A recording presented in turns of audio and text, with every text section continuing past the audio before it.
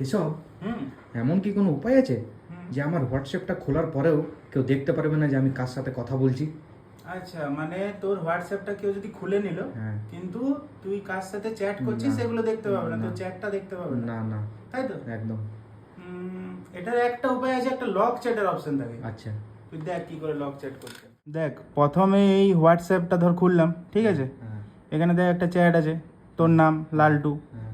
ঠিক আছে? এটা ক্লিক করলাম, ঠিক আছে? আচ্ছা। ক্লিক করার পরে তিনটে ডট, আচ্ছা। এখানে ক্লিক করে এই দেখ লক চ্যাট, হ্যাঁ।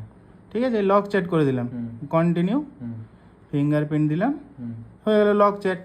না, কিন্তু এখানে তো লক চ্যাট দেখাচ্ছে অপশন। আচ্ছা আচ্ছা, মানে লক চ্যাট দেখানো যাবে না? না, কিছুই দেখানো যাবে না। তবে কি করতে হবে, লক চ্যাটটার উপরে ক্লিক করতে হবে, আচ্ছা। আবার এই ফিঙ্গারপ্রিন্ট দিয়ে তবে তুই লক চ্যাটটা খুললো, ঢুকতে পেলাম।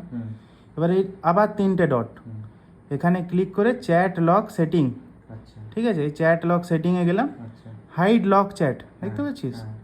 হাইড লক চ্যাটে ক্লিক করলাম, এখানে আছে ক্রিয়েট সিক্রেট কোড, আচ্ছা। এখানে কোড দেবো। কি কোড দেওয়া যায়? ধর এখানে এই হাসির ইমোজিটা দুবার দিয়ে দিলাম, নেক্সট করে দিলাম। আচ্ছা।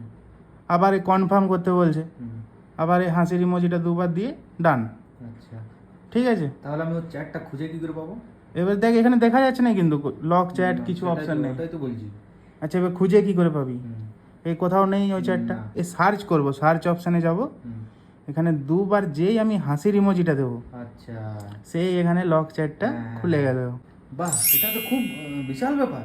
হ্যাঁ রে, এটা তো খুব ইনফরমেটিভ। এবার তুই কার সাথে কথা বলিস সেটা তো বল। না না, ওটা আমি এমনি বললাম।